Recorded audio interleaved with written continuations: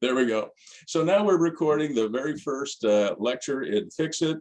And I was just saying before we started recording why I called it Fix It. I called it Fix It because I want people, whether they're young or not so young or a little bit elderly like me. Addie, I'm 70 now. So last time you saw me, I was a few years younger, but now I'm 70. So I'm really joining the elderly group. But I still feel good and I got lots of energy and I think my brain is holding up okay.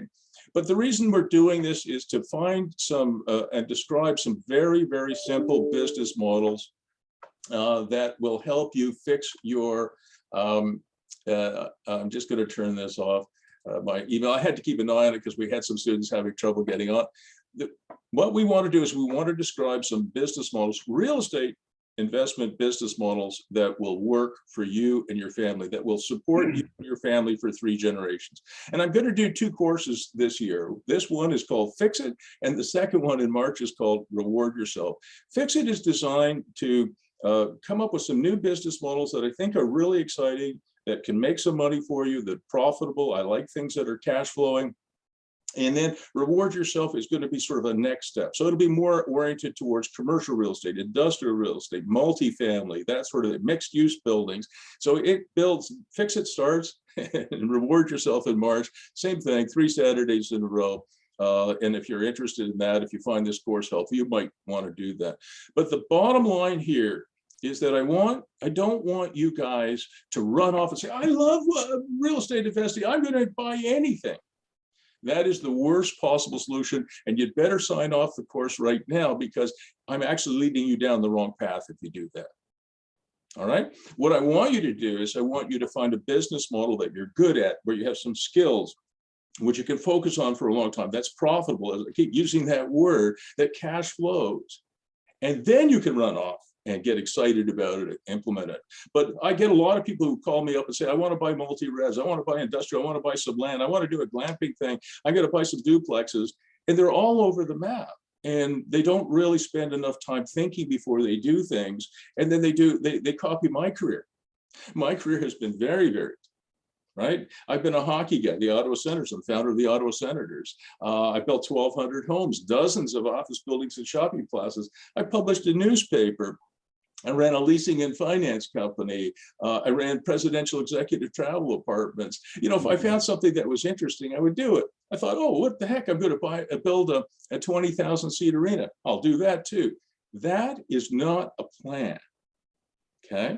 And so what has made me, I think, a good coach is that if there's a mistake out there that exists that I haven't made, it actually doesn't exist. I made them all. All right. So I want you to think before you do things, find something that you really like, you're passionate about, like I said, you have skills that apply, and then you're going to run off after it and make it happen. All right, I'm going to share my screen with you guys here in a second, and I'll see if I can find my slide deck. And here we are. All right. So now I don't seem to be able to speak very well without slides these days. So this is Fix It. It's a 3rd and 4th year level, university level course. Okay, that's what it's pitched at, but don't let that bother you one way or the other. I have, I think, a good teacher, and I think what I'm trying to do is I'm trying to give you that level of a course, but explain it in ways that are simple to understand and simple to implement. But here's the difference. It is not a course that says, okay, I'm going to teach you how to flip houses. Okay, and here are the 6 steps you have to do, or the 10 steps. Or I'm going to teach you how to wholesale property, and here are the 10 steps. It's not that kind of a course. I'm going to show you different business models. I'm going to walk you through them. I'm going to give you the basics and the theory that you need in order to implement these models yourself. But it also means that the education you're about to receive, at least I hope in the next 3 weeks, will give you that ability, right, to go out and do really great things and to take whatever models I'm creating and make them even better. And to do that, you need to know how to analyze deals, you need to how to find deals, and you need to know all the financing that goes with it. But you also want to be open to ways, oh, listen, maybe, you know, I could do this, this, and this, and it might improve the model. And many, many, many of my coaching clients have taken these models and made them better. All right. So Fix It is how to earn $10,000 a month or more from your own simple to create high performing real estate portfolio without breaking a sweat. Maybe the last three words, breaking a sweat, are not quite accurate, because a lot of people will call me up and say, you know, I want to have passive income and I don't want to do any work. Unfortunately, I mean, I could ask Ruben and Mary Lou if owning real estate is easy. It's probably easier than running Facebook or whatever they call it today, Meta or something like that. It's probably easier than that, but it does require thought, effort, and work. So it's not like you don't do anything. All right, there you go. All right, and what I've asked you, what I want you to do before you launch into something, after this course is done or during this course, a lot of you have already communicated with me, so I know you're onto something. I want you to think through what your business model is, and then if you want to, you run it by me. You know you can get a hold of me pretty much 24/7, 364. I don't work Christmas Day, but pretty much every other day I do. So you can email me and say, listen, I'm thinking about this. What do you think? And if you want my opinion, I'll certainly give it to you. I want you to do something simple, something you control, something sustainable, something profitable. Keep using that word, something doable. It has to be feasible, something where you have skills that apply and you are passionate about. And the other thing is I have coached, you know, former students of mine who are buying their first investment property to a couple of billionaires, well, more than a couple, a few billionaires.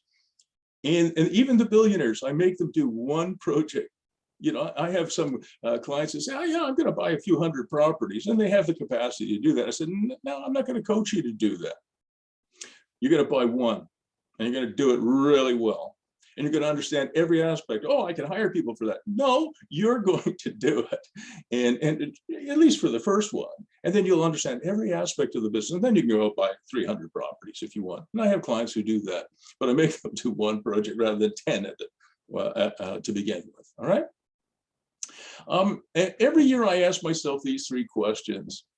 Is there something I'm doing I should stop doing? Right? Am I wasting my time doing something?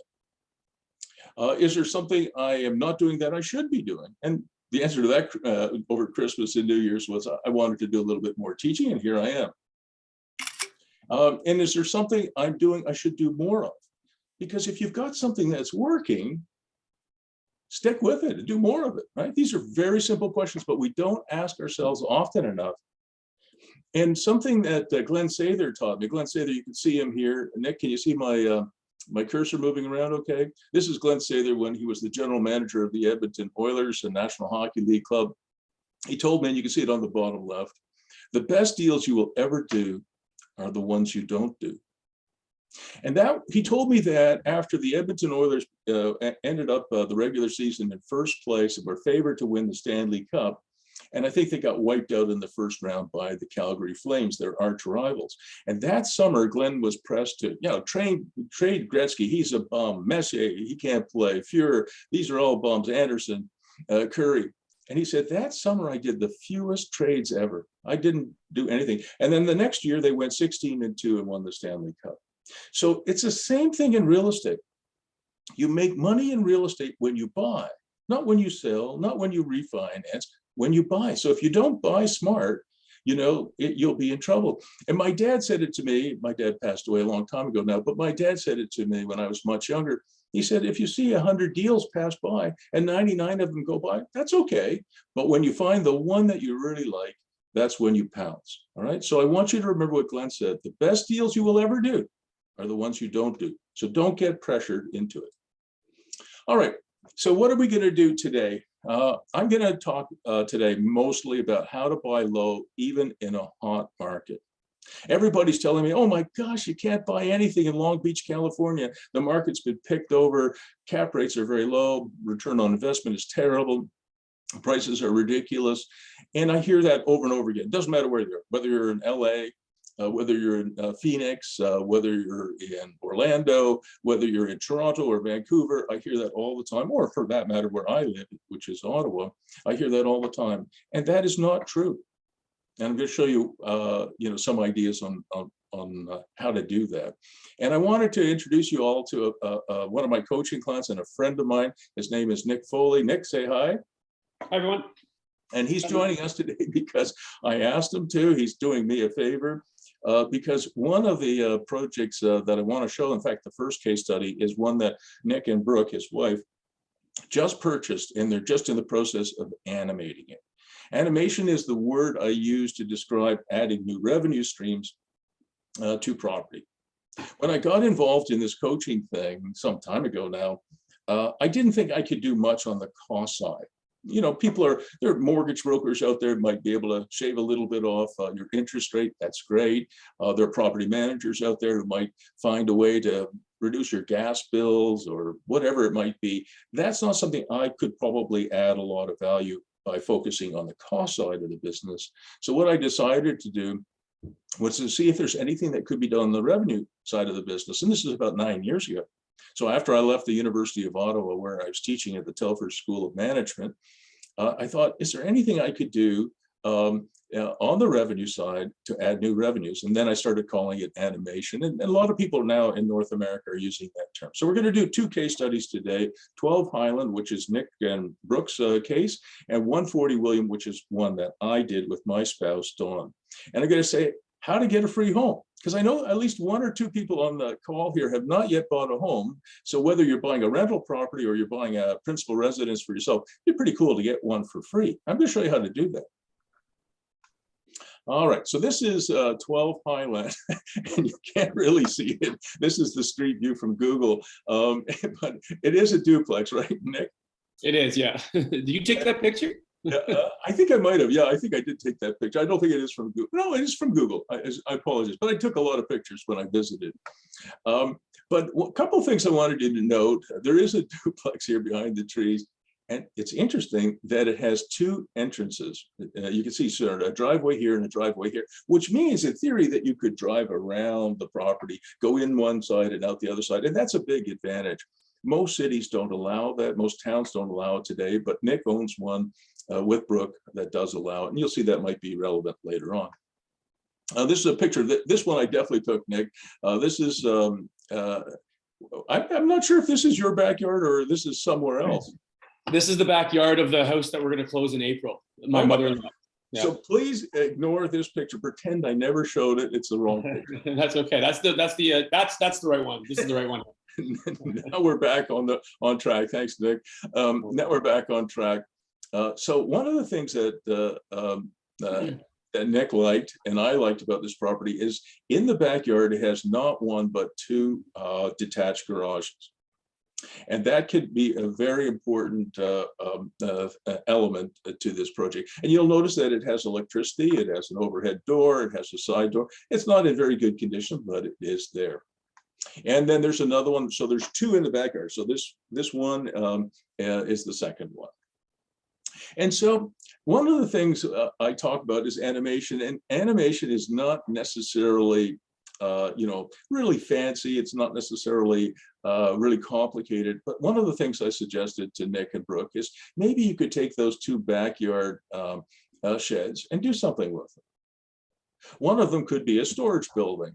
And I like doing things that add differentiated value. By differentiated value, I mean, I try and make everything I do, whether it's teaching or it's real estate or anything else, hockey teams, to make them a little bit different. So I said to Nick, why don't you paint the damn thing and maybe do something really funny, call this one the egg.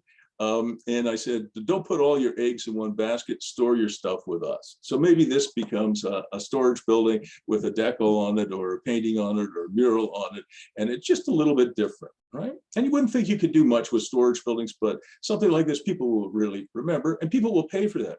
I have folks who own 70 properties, 100 properties, 300 properties, some of them a little bit more. And they're all in the storage business now. They all put these storage buildings in the backyards because if you have a tenant, that tenant can go to Diamond Storage, which is a big storage company in my area, or any of the others, mini storage, and they could pay, $125. Ruben and Mary Lou are on the call with us. They own a company called Extra Storage, which is very successful. So they're probably hating me right now. But why not put mini storage in your backyard and rent it to your tenants? It's a real profit center. So I said maybe that's something that Nick could do. And then if he's going to replace the doors, I'm big on daylight, whether it's a storage building or it's a workshop. I love daylight. You know, in Canada, in the northern parts of the United States, we don't get a lot of daylight for about 6 months of the year. So if you're going to put a door in, make sure it has lights in it, it has glass in it. Now, I am huge on this workshop deal. Everybody who's followed my writings for the last probably 7 years knows that even before the pandemic whacked us, I was very, very big on the idea of having a house or a duplex or a triplex or even an apartment building and having some workshops. If you can have somebody in an apartment who also has a workshop, maybe that workshop is used for a yoga studio, a registered massage therapy practice, or just a regular workshop for a plumber, an electrician, a heating, ventilation, and air conditioning person, whatever. The apartment is what rich dad, poor dad, Robert Kiyosaki calls a liability because it takes money out of your pocket. The workshop is an asset because hopefully it puts money into your jeans, right? Because everybody has, or a lot of people have a side hustle these days. So the idea is that maybe one of these buildings in the backyard of 12 Highland could be a storage a shed, and one of them could be a workshop. And if it's a workshop, I said to Nick and Brooke, don't spend a lot of money on it. You're not going to spend a lot of money because these are old buildings and you're not going to rent them for a whole lot, but you might put a kerosene heater in there and you'll see there's some other things that you could do. So I'm talking about differentiated value for something very, very, very basic, but it's extremely important. For example, if you have a storage shed or you have a workshop, maybe you have a couple of dollies that people can use because, you know, moving stuff in and out requires some heavy lifting sometimes. And something I'm huge on is rather than connecting a toilet to the septic system or to the sewer system, which is expensive, you can use a composting toilet and gray water system. I use these all over the place in workshops, and you know, so you can go to the bathroom, but you don't have a lot of expense doing that. The best ones I have found in the world are separate. They separate out the liquids from the solids, and they work really well. And they're not too expensive, about 1,600 Canadian dollars, which in US dollars is not very much. And they're not too big either. I mean, you can see this is just a cross section I picked out for you.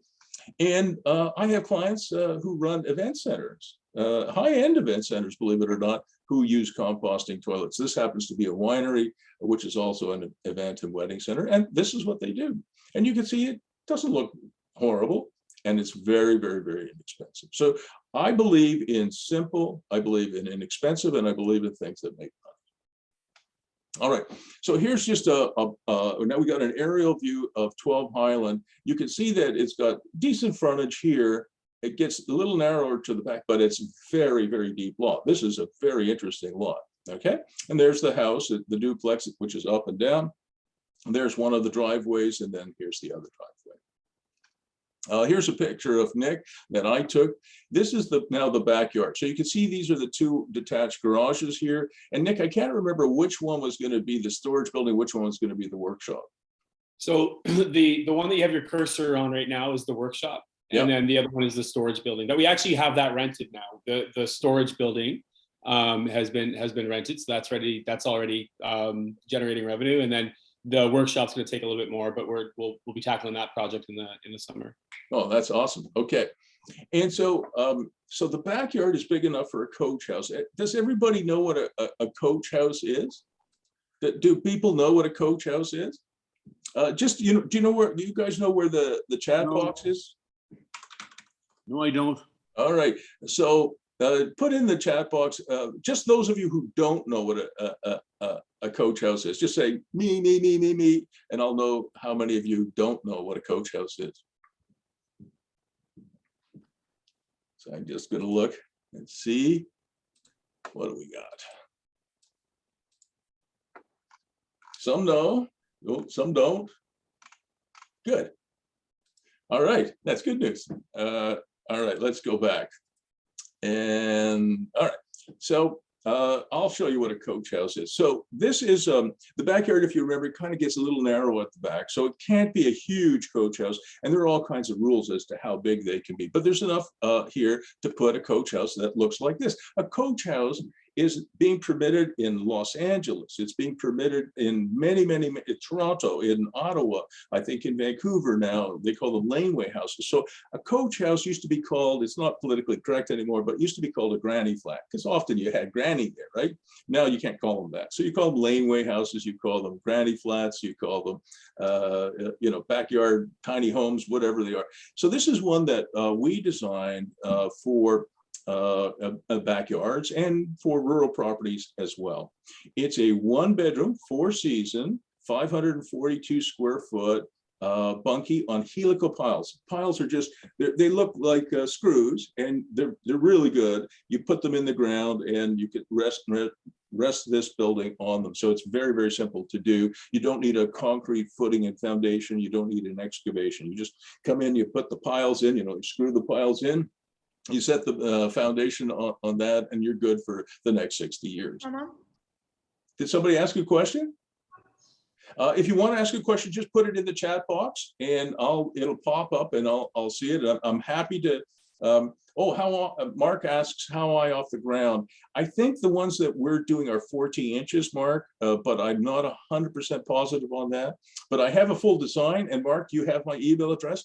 I'm perfectly happy to share the design with you guys. All right. So if you want a copy of the design, email me. No, don't put it in the chat box because I don't have time to do that. But I think it was at 14 inches. You want enough room there.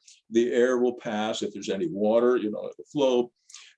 It's a wonderful system. So here it is. This is our little 1-bedroom bunkie and coach house. So you can see we're going to put a deck around it. We're building exactly this model, hopefully in the backyard of 12 Highland, but I've also got a few other places I'm going to put this as well. It was designed by Dustin. I think Dustin Poole is on the call today. And he's a wonderful young architectural technologist, so I would want you to reach out to him as well. He's a fantastic designer and has done wonderful work for me. And he's young, he's a good family man too, and I really love him. So anyway, it's going to have a nice L-shaped deck around it, and you can see what it looks like here. Now this is the floor plan. I want to go through it with you because the smaller the footprint, the more creative you have to be. The smaller the footprint, the more creative you have to be. And I'll show you what we did here. And I can't take credit for this. This was a collaboration between Dustin Poole, the young architectural technologist, and my wife, Dawn McMillan, who did a wonderful job. So initially, this design actually was for a rural property, and it will be on well and septic. But at 12 Highland, it will be connected to the sewer system and the water system. So you come in here, you turn left. Here is your sink, your toilet, and your shower. Shower's not very big, so don't put on any weight. But there you are. There's your bathroom. This is a mechanical room here, and you notice Dustin and Dawn sort of did an angle here, a 45-degree angle. And that's so when you walk in, you're not walking into a wall. You've got a sense of space. You do lose a little bit of area, obviously, in the mechanical room, but I think that was a wise decision. Then you come into the great room. It's a living room, dining room. Here is the kitchen. It's like a galley kitchen here. It is a 1-bedroom. So here's the 1-bedroom with a closet. You say, well, Bruce, there's really not much to this. That's true. But there's some very clever things that I think they did. For example, there are a lot of doors here. I'm going to go back one step. You notice there's a door here, there's a door here, there's a door here, there's a door there. I mean, there's a door everywhere. Here, a door everywhere, a door, right? Front door here, a door from the bedroom to the outside, and a door from the living room and kitchen area to the outside. So for us, the first one we're building, it has a deck here, and I think a deck over here. So this is where the L-shaped deck is here. And this is being built next to a pond. So it has corner windows here to overlook the pond. So we thought about, good views to the water. So you've got the corner windows, deck here, deck there. If you're out on the deck and you want a beer, you don't have very far to go. You don't have to walk around to the front door and come in here. You just come in here, grab a beer, and out you go again. And one of the things, this is an old style design. Okay, I want you guys to know this. If you look at farmhouses that were built in the 1930s, the 1880s, probably the 1840s, the 1830s, almost every room had a door to the outside. And this was to make a place bigger, a building bigger, without making it bigger. Now, what do you say? What does that mean? Because you go from one room to another room and there's no corridor. So for example, back in the day, you'd have the boys' bedroom on an outside wall, and it would have a door to the outside and it would have a door to the inside. The girls' bedroom would be the next one over. They didn't give girls access to the outside. But they did the boys. So the boys could go out in the field and then they could come back. They didn't have to go through the kitchen. And so you got from one room to the next room without a corridor. And so if you think about it, you're making the building bigger without making it bigger. There's all kinds of things that you can learn and we can learn from the way to design buildings when resources were more scarce. And we may be heading towards a time when resources are more scarce. All right. The other thing that I think they did with this design was they put in a cathedral ceiling. So you don't have a lot of area, it's only 542 square feet, it's not big, but by putting in a cathedral ceiling, you feel you've got more space. It's more volume really, but it does give you a feeling that you have a bigger building than you actually do. So there's some other things that you can do that make it better. So you can see these little red dots here. So Mark, you see these red dots here? Each one of those is a helical pile. And you'll notice that there's a few more piles down the center of this building because that's where the main weight is, right? So these piles are engineered. You know, it's not something you just go and you buy a few piles and you do it yourself. These are stamped drawings that you have to have. And we have those and you're welcome to see them as well. All right, now we get to the more exciting part in some ways. How did Nick find this place? How did he get it so cheap? So Nick, how did you find the place? And how did you get it so cheap? Because you're going to hear that Nick got it, I think, like $100,000 under ask in a super hot market, something like that. Nick, over to you. Yeah, great. Thanks, Bruce. So we ended up getting it for $90,900 under market. So we bought the home for, and hi everybody. Well, nice to see you. So we bought the home for $375,000 and it was listed at $465,900. And then it was appraised at something around $500,000. The realtor said. I don't have the documents for that, but so yeah, how we bought it. So a couple things. I wrote down a couple notes. I try to be prepared. So I wrote down a few things. One is I actually took what I learned from Bruce, and this isn't a pat on the back for Bruce to plug him and that he doesn't need any more plugging. He does a great job. We all know that. But here's what I mean by that. One of the things that we talked about in our first couple of sessions was something that he introduced to me called highest and best use, so HABU model. And literally all I was doing was I wanted to get into the multifamily units to start my entrepreneurial journey. And so all I was looking for was homes that I could look up, or that I could have and animate. So one of the things that I learned right away was I didn't want to see the house for what it was. I wanted to literally see the house for its potential. I went and I saw like 11 or 12 different houses. I saw a couple single families too as well, because I started to get a little bit like, oh, I just want to buy something. I want to get into this market, what have you. And I'll give Bruce credit. He's a man of his word when it comes to that. He kept telling me like, just slow down, just relax. You'll get what you did. So one of the things that I also did was I didn't just rely on MLS coming. I have a lot of friends that I know that are not I would say lots of friends, but I would say I have some friends that are in the industry. And so I asked them if anything comes up for you, like people that own 11, 12 different doors, things like that. If anything comes up that you are interested in, send it to me so that I'm not, maybe I'll get a little bit of a head start. And that actually helped, because what happened was a good buddy of mine, one of my friends that were a friend of mine, said, Nick, this might be an opportunity. So immediately when he sent me the text and showed me the home, I said, well, why aren't you buying it? And his response, I'll give him credit, he was very candid. He's like, I'm just leveraged right now. He's like, if this house came up in 6 months, he's like, I would buy it.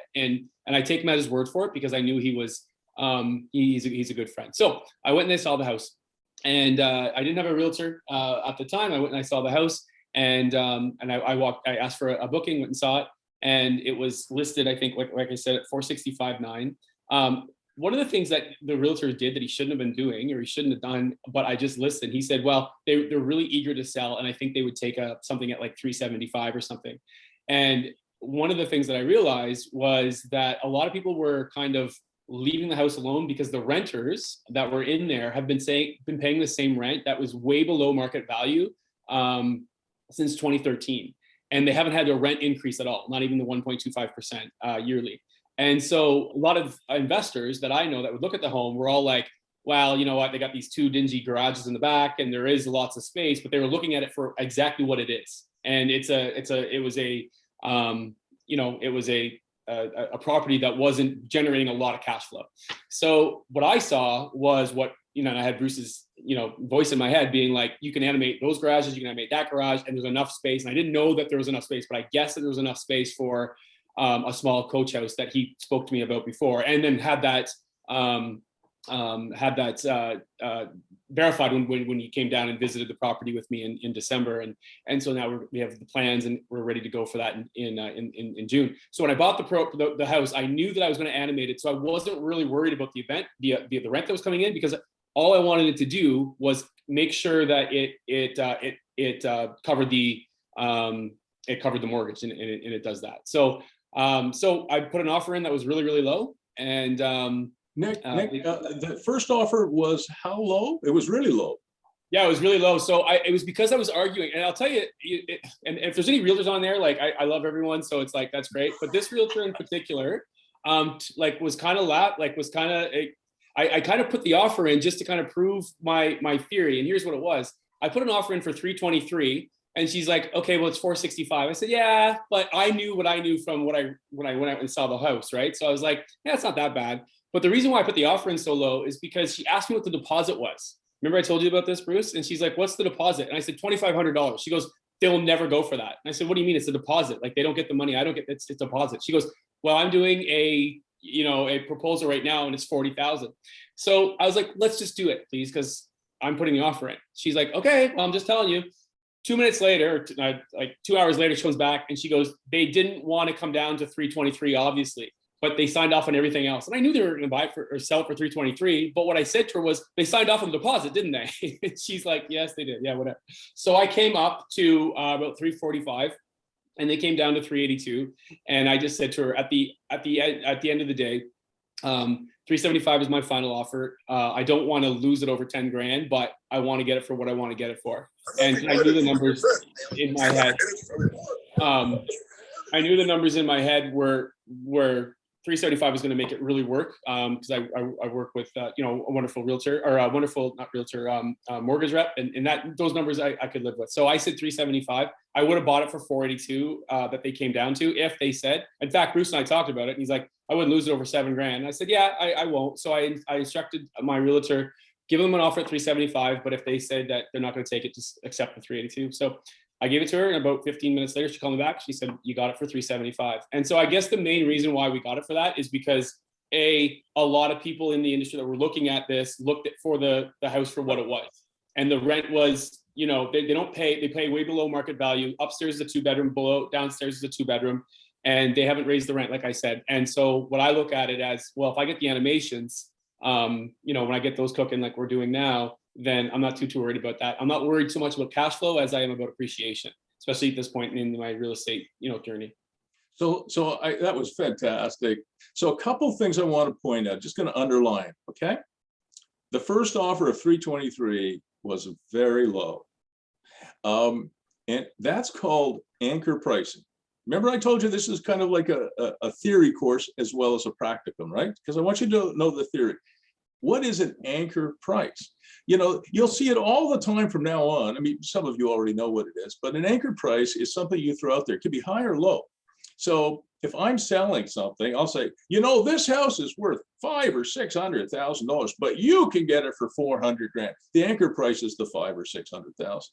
And when you're buying, right, the shoe's on the other foot. So Nick threw out, this is only worth 323,000. The rents are so horrible, right? I mean, they're half of what they should be. And if you know anything about Ontario real estate and the Residential Tenancy Act, getting them up, it's not like Florida where you can raise the rent to whatever you want. Here in Ontario, we have something called rent control.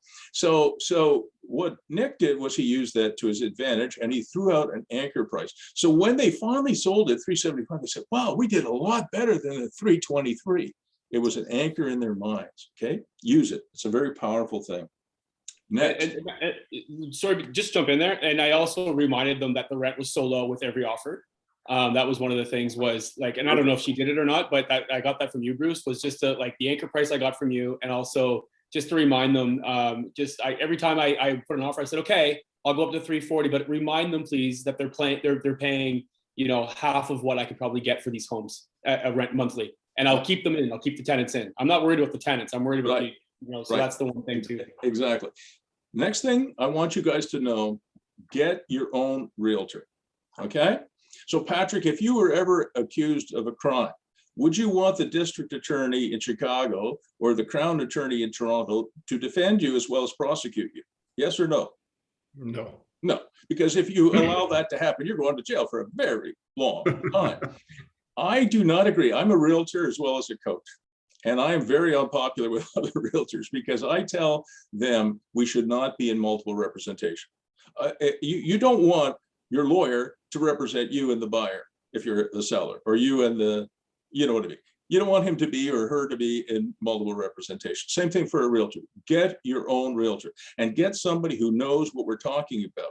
A lot of realtors, they don't want you to buy a duplex for $375,000. They want you to buy a single family home for 1.2 million, or in LA for 10 or 15 or 80 million US dollars, right? Because they make a lot more money doing that. They don't have your best interests at heart. Some realtors, and that's your job, is to build a team around you, a good attorney, a good realtor, and a good mortgage broker, the people that have your interests at heart. And do not allow and I'm a realtor, and I do not allow myself to be in multiple representation. I can represent a buyer or I can represent a seller, but I'm not doing both. But that's just a personal point of view. In Ontario, in California, you're allowed to do both, but I don't agree with that. I think we should change that law. But you can imagine there's hundreds of thousands of realtors who don't agree with me. All right, so get your own realtor. Something else that Nick shows is be patient, right? He looked at 8, 10, 12 houses. He got a little bit of coaching. He put in multiple offers. He kept on, he stuck to his guns. He showed some flexibility, but he stuck to his guns. And the last thing I'm going to say about what Nick did is I want to talk about deposits. Okay, a lot of you don't know this, but if Nick had made a $40,000 deposit, which is what that realtor asked, which was inappropriate in my opinion. And if something goes wrong with this deal, deposits are put in the trust account of the real estate company, usually the selling real estate company. And it cannot be released without both buyer and seller agreeing. And sometimes when things go wrong, even if Nick has the right, because he has a condition in his offer to get out of it, sellers say, well, I'm not signing it. So his $40,000 is stuck. So if I could get away with it, I'd put a $2 deposit on every one of my, agreements. You've got to have some kind of deposit because every agreement is offer, acceptance, and consideration. Consideration is the deposit. But $2,500 if it gets stuck for a year or two while you argue is not the end of the world. But $40,000 is a heck of a lot of money. All right. Now we had some questions. Dustin, would you mind unmuting yourself? Dustin Poole? And do you want to turn on your camera? There's Dustin. Wave hi, Dustin. Hi. So this is the brilliant young architectural technologist. He's fantastic, and I'm pumping his tires because he deserves it. We got some questions here. What is a galley kitchen? Well, essentially, it's one row of kitchen. It's one long kitchen, traditionally, and yeah, it's just a type of kitchen.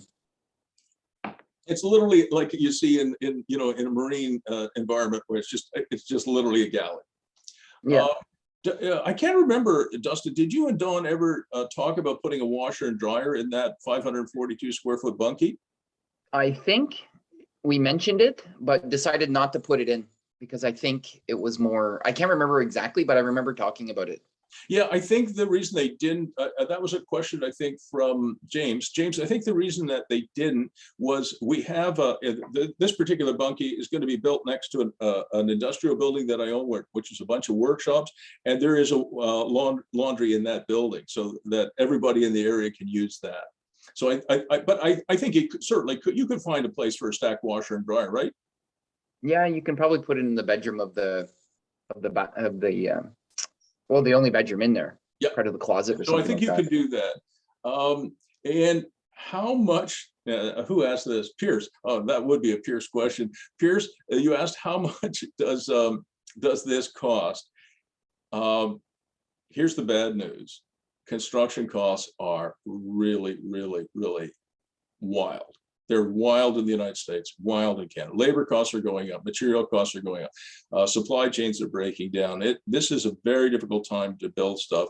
I built, and I think some of you already know, I built last summer, excuse me, I built a 192 square foot home. So this bunkie that I showed you is 542 square feet. So something less than half that size, I built for one of my daughters. She wanted a tiny home. So we built a beautiful little home, 192 square feet, 120,000 bucks. That works out to about $600 a square foot. When I tell people that, they think that's crazy. But here's the thing, it rents for 1,100 bucks a month. Not to my daughter, her rent is zero.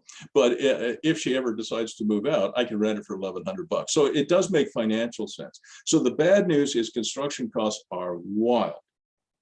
The good news is that rents have gone up so that they still make financial sense, all right?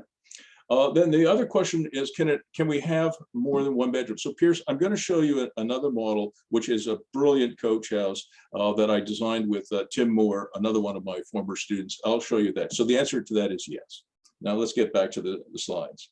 So keep going. If you guys have any more, let me see if I get it right. If you have any more questions, put them in the chat box. And Nick, can you stick around for a bit? Okay, good. So a couple of other things that you're going to hear, a lot of coaches will tell you, guys, you got to do private off-market deals that are not on MLS, that are not on Zillow. That to me is BS, guys. I'm sorry to say it, but I think that's BS. Some of the buildings that I own, one of them anyway, there was a very, very nice couple living next door. Very elderly. And my wife said to me, Bruce, why don't you go and talk to them, see if they are thinking about selling? And I said, absolutely not. And I said, please don't ask them that question either, honey. And she said, well, why not? And I said, because the moment you go and you ask somebody to do an off-market deal, to do a private deal with you, the price goes up, not down. Don't kid yourself. People are talking about wholesaling property. They're talking about off-market deals and private deals and what a good deal. To me, I have a lot of experience in this business. I've been doing it for since I was 28. So and I'm 70. So that's a long time. Prices go up, not down. What I do is I wait for that property to hit MLS or hit Zillow, and then I let the listing age. I look at days on market, and I'm coming back to you in a second, Nick. So DOM, days on market, very important variable. You look at that. And so my wife said to me, rightly so, well, what if somebody else buys it? I said, okay, somebody else bought it. We don't get it. But if it doesn't sell for whatever reason, maybe as in Nick's case, the rents are too low or the building's in very poor shape, that's okay. I'll wait. And maybe I miss out.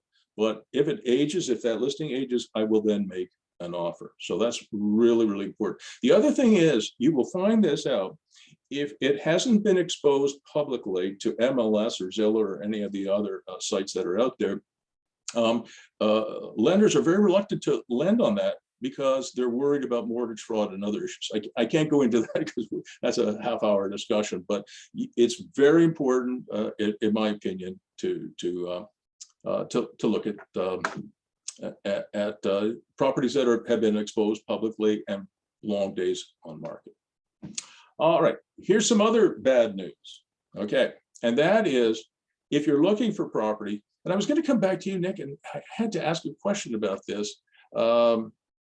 I can't remember what it is. I apologize. I'll remember in a minute. So people often ask me, well, how do you find properties? And they say, well, I'm going to call my realtor and get my realtor to do it.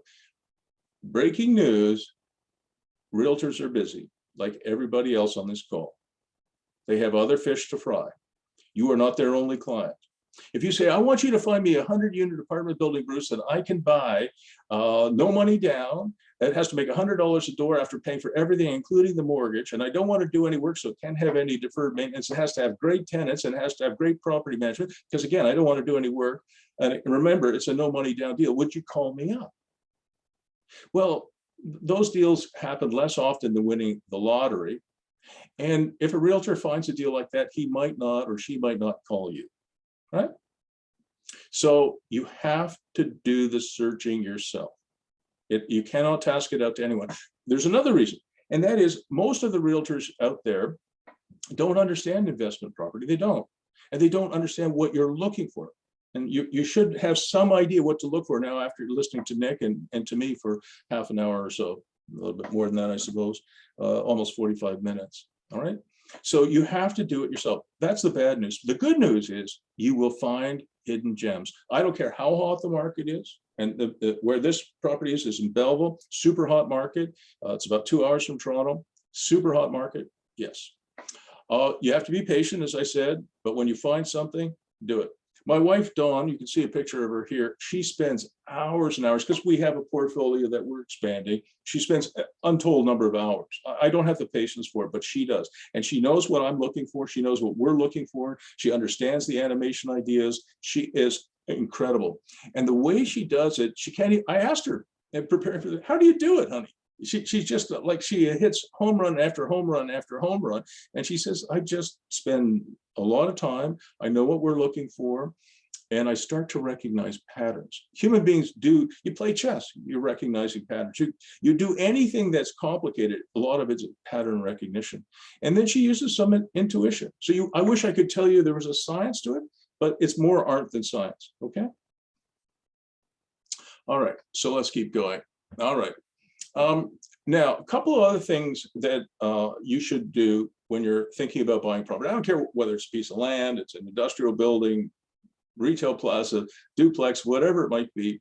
Ask your realtor. Every realtor that I know has access to land titles. So he or she can look to the actual land titles, because sometimes, I hope it's not very often, but it does occur that realtors will put information in their listings that are not accurate.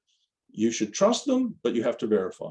You have to do this. So here's a typical, I just pulled this for 12 Highland.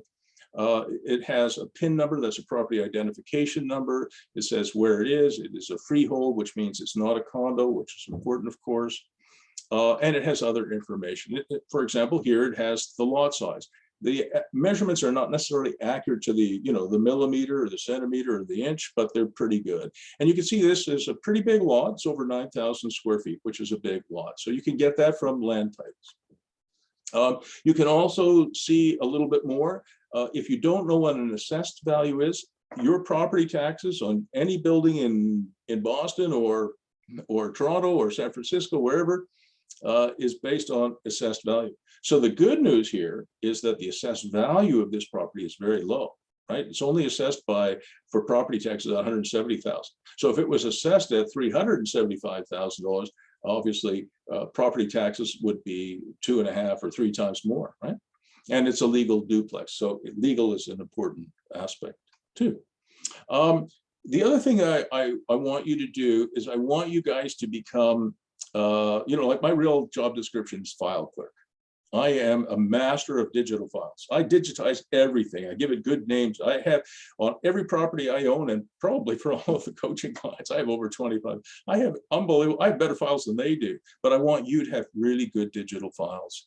And you should keep the MLS listing. So when you buy something, it comes off of MLS. Make sure you get a copy of it and you keep it.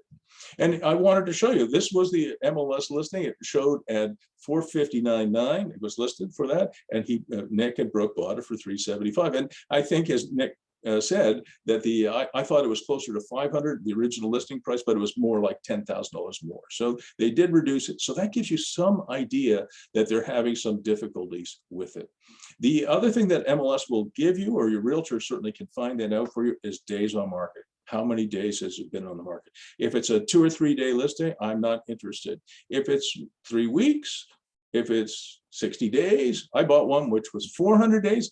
I'm really interested because I like to buy property where you have a willing seller, like an eager seller, right? And then you can also see from Land Registry what these people bought it for. So this property was traded in October 17, 2003 for $103,000. And you see it was another transfer here And Nick, you notice that it's at $0, or it could be a toonie, it could be at $0. That's usually between family members, right? And the reason they do this, you guys, is to avoid any land transfer tax or other kind of property tax when it changes hands, okay? And then you can see on October 29th of last year, it was traded to Brooke and Nick for $375. Here's the MLS sheet again. It just shows, I just highlighted a few things, like it has separate hydrometers, because the one tiny break that Nick got and Brooke got when they bought this building is that the tenants do pay utilities, at least the hydro, okay? So having separate meters is important. Okay, so do you guys, can you do a favor for me if you don't mind? Chiranjeev asks a very good question, Nick. Maybe this is the question I was going to ask, but I'm not sure. How many days was it on market when you made the offer? When I made the offer, it was just over a month and a half almost. Okay. So I was interested in it, and then I made an offer. I think I saw the property on a Friday, and I made the offer on the following Wednesday. So it would have been just over a month, I think. Yeah, so there's some other really good questions that I missed here. Did you ask for empty possession? Chris is saying empty possession, really the term is vacant possession. That's exactly what he didn't do. Had Nick and Brooke asked for vacant possession, you're asking in this case for the former owners to kick out their tenants, which is a very long and difficult process. And it has to be for certain reasons, at least in Ontario, all right? And the reason that he didn't ask that is he wanted to get it much, much cheaper. So the answer to that is no. Alex DiNardo, and by the way, Alex, I'm so glad to see you again. I haven't seen you in a while. Have I built a slab on grade using radiant floor heat? I have. It's an excellent way of heating. I really like it. So tremendous improvement. Alex, I hate forced air. If you have I own some multi-res buildings. If you have forced air, somebody on the second floor sneezes, the guy on the fourth floor gets sick, right? And in a pandemic, it's a terrible idea to share air. So I love hot water heating, and I love in-floor heating. So really great. Somebody else says he just locked up an off-market deal. I'm not saying that you can never benefit from an off-market deal, but you have to be very careful, and it can be more difficult to finance. And then Pierce asks, is there a tool to find prices of comparable homes sold if you're not a realtor? Not easily. If you want to get access to the land registry, you can.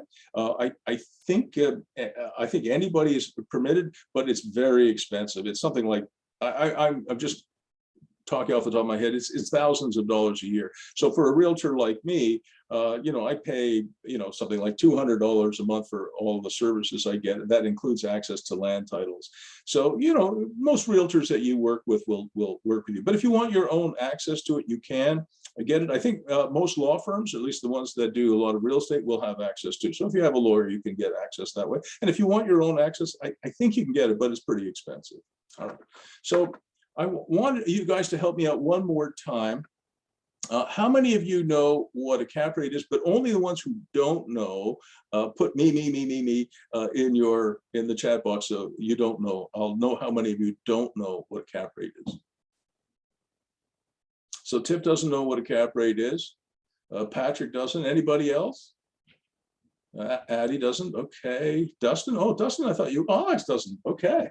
Well, at least that's a help.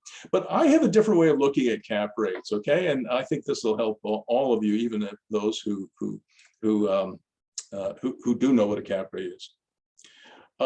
Just one other question I got. What is a good DOM, days on market, to start looking at it? Generally speaking, Ruben and Mary Lou, I look at DOM once it gets to 15 days or 20 days. I start to become a little bit more interested. I certainly am watching it at that point. If there's a property I like and it's aging, there's usually something wrong with it. Like in Nick's case, the rents are too low and you can't kick the tenants out, at least not easily. All right, what is a cap rate?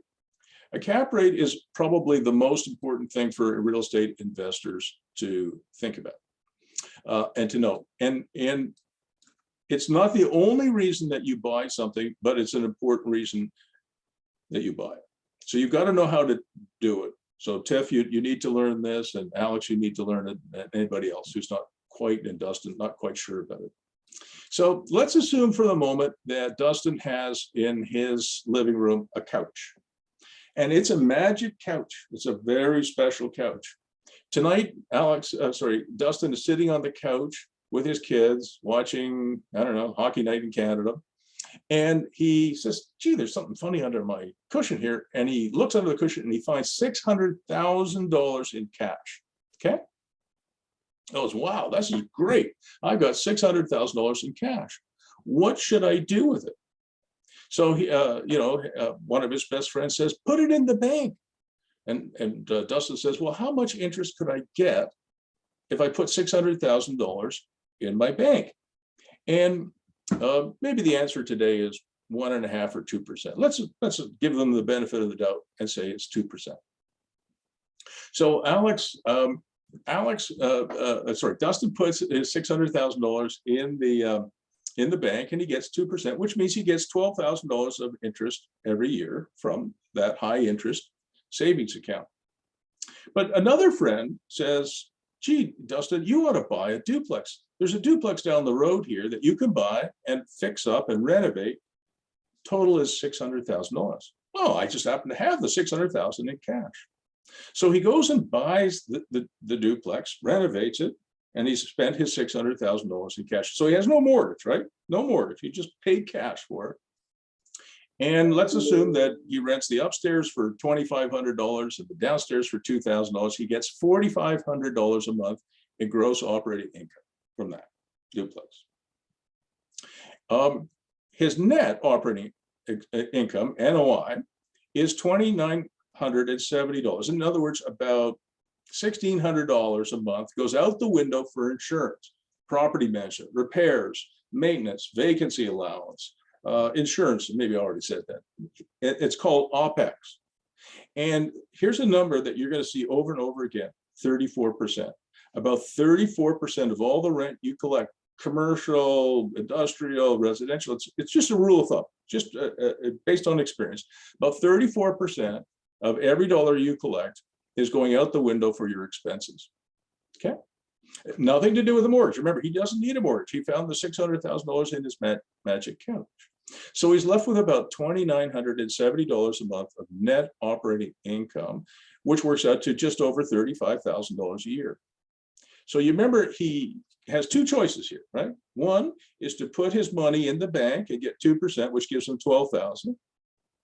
And Tiffany, I'm going to ask you this question, so you got to write in the chat box.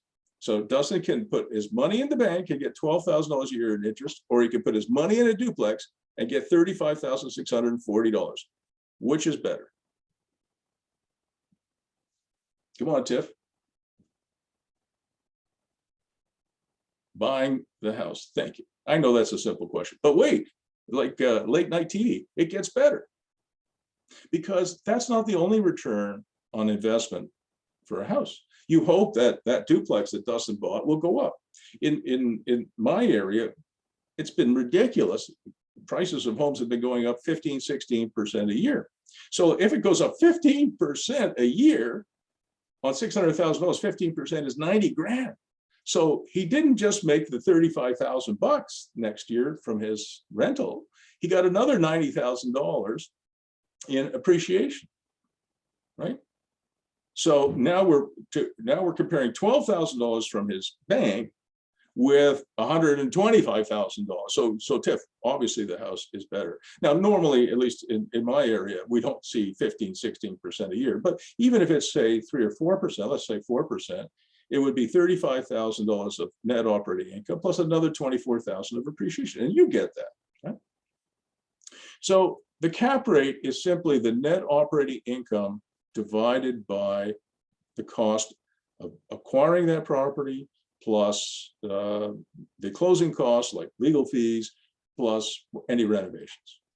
And so in this case, it's 5.94%. So basically 6%. So the 2% from the bank or 6% from the duplex, plus that appreciation, no question that real estate is the only thing that's worked for me and my family. I am a terrible investor in, if I was in the States, 401ks, mutual funds, stocks, bonds. I am hopeless at that. The only thing that has worked for me is real estate. And a cap rate is simply that. Whatever you're left over on cash, forget, it's as if you paid cash for this building, right? And whatever cash flow you have left over after paying all your expenses divided by your cost, that's your cap rate. It's a very important number. All right, so I'm going to put, I'm gonna put, if I can, I'm gonna get out of this. I'm gonna put this link, okay? This is a link to a spreadsheet. So I'm gonna put you guys to work. I hope you don't mind. I'm going to put this link in the chat box. All right. So hopefully I got the right one. Yes.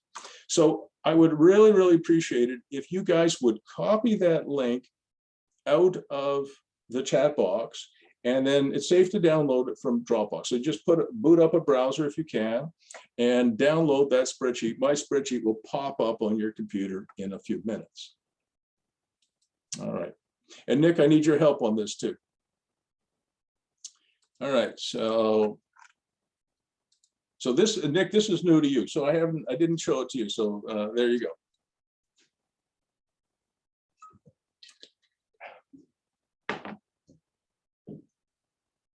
All right.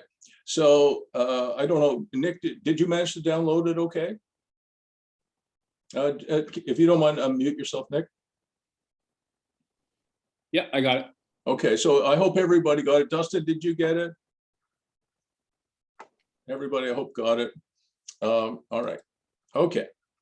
So you should be able to see my screen. So now you all have it on your computers, all right? Or you should have it. So we're going to go through the 12 Highland. This is in a small town, Belleville, about 56,000 people, 2 hours from Toronto. And the purchase price was $375,000. Land transfer tax, which is a lot of states and provinces have these taxes on trades. In Australia, they call it stamp duty. I think it's a British term. So there's all kinds of different, it's about $4,100 that Nick has to pay when he closes, and he's paid it. And then I put in just an allowance here, Nick. I don't know what your legal fees were, but you know, typically have an attorney close it for you. There's some disbursements that go with it. And then there's a thing called title insurance, which is very important. But again, I can't go into that today. So the total purchase price for Nick and Brooke was around $380,785. These are not to the penny, okay? They're just supposed to be within reason. And then you remember the reason he got this building so cheap was the rent for the upper unit was so low. It's half, at least, I bet you it might be a third of what he could get. So he's getting $700 a month for the upper unit, $800 a month for the lower unit. And then you remember he has those 2 backyard sheds. Well, right now, when he bought it, they weren't leased. So his total gross operating income, so you can see it over here on the left, gross operating income is a measly $1,500 a month. His OPEX, remember I talked about that just a moment ago, is around 34% of his gross. That's just, again, a rule of thumb, but it's pretty accurate, okay? And this is a very, very important thing to do. And that covers property management, landlord insurance, vacancy allowance, property taxes, repairs and maintenance, any landlord utilities, etc. Okay. So he's losing $510 out the window. So he's left with $990 a month of net operating income. And if he didn't need a mortgage, he would make $990 a month with this. His total for the year, you just multiply that by 12, is $11,880. So now I am not going to solve this. You guys are. There's 29 or 30 of us. And I'm going to stop sharing my screen here in a minute. No, I'll leave the screen on. I want you guys, amongst yourselves, so there's got to be at least a few geniuses, in fact, 29 of them on the call. What is Nick's going in cap rate? It's going to be very low. See if you can figure that out.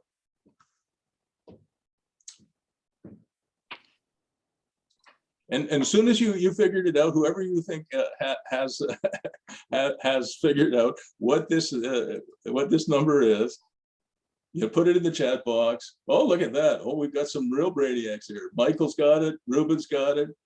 Chris has got it. Dale's got it. Oh, no problem, Dale. Right. Okay. So brilliant. That's fantastic, you guys. Oh, that's really good. So the way we figure that out is very simple. Remember, we take this amount, the net operating income, and we divide it. There's the divide sign by his total purchase price, and it should be 3.1%. Bravo, all you guys. Perfect.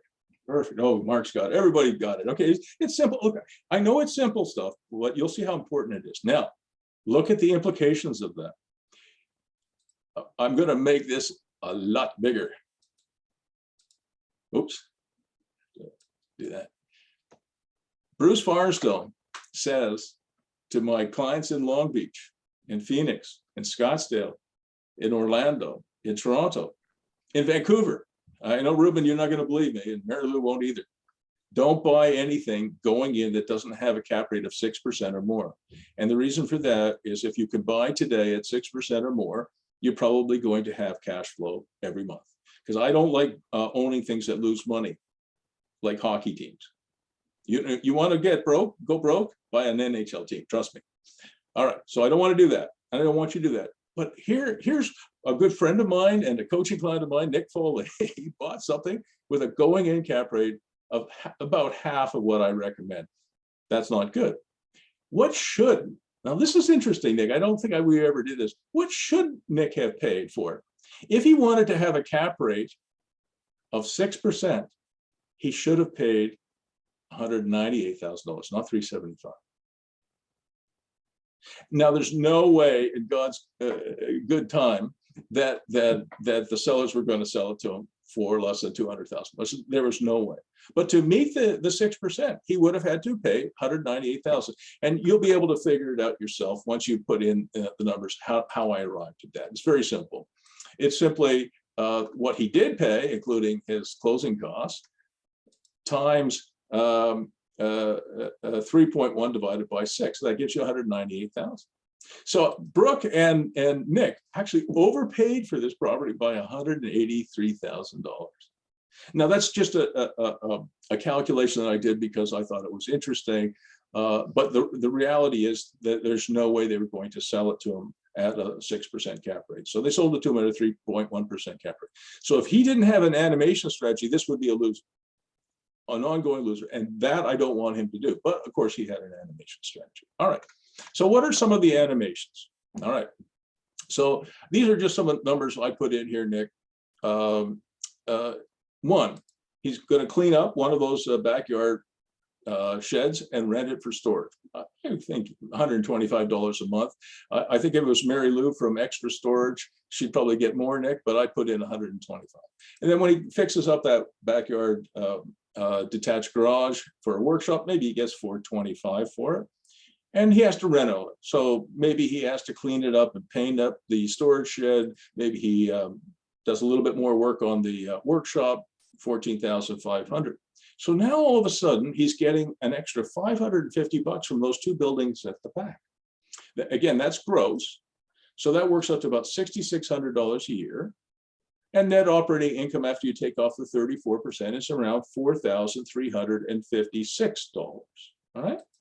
So you remember, he's only making net operating income from his rents of just under $12,000. So doing something with those two backyard buildings might help a little bit, right? And significantly, believe it or not. So real estate, guys, is get rich slow. I wish it was get rich fast, but I don't know how to do that. And everybody I know who tries that, they belly flop.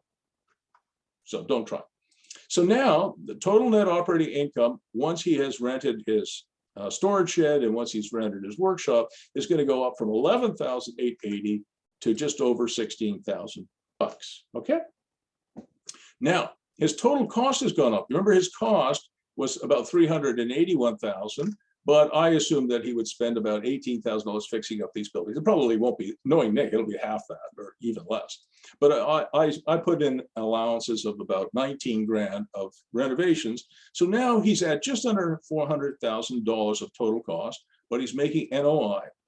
Guys, men and women, Get busy. What's the cap rate now?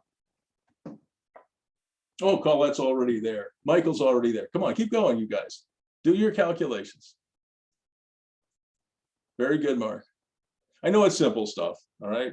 Trust me, by the time we get to week 2, I'll be asking you to do a lot more work than this, a lot harder. Anybody else want to throw one up there? Don't just copy. All right, so it's very easy. You simply go equals, and you take the new net operating income and you divide it by that. And lo and behold, he's now at 4.1%. You might not think that's significant, but it is significant. He's gone up about a third in profitability, or it's not really profitable yet, but he's gone up a third in cap rate. So it's better. Still not at the 6%, but it's better. All right. Now, let's see what happens if we put next, and Nick's going to do that later this year. If he puts that 1-bedroom bunkie on piles in the backyard. And Dustin, I'm counting on you to help him, right? So Dustin, would you mind doing something for me?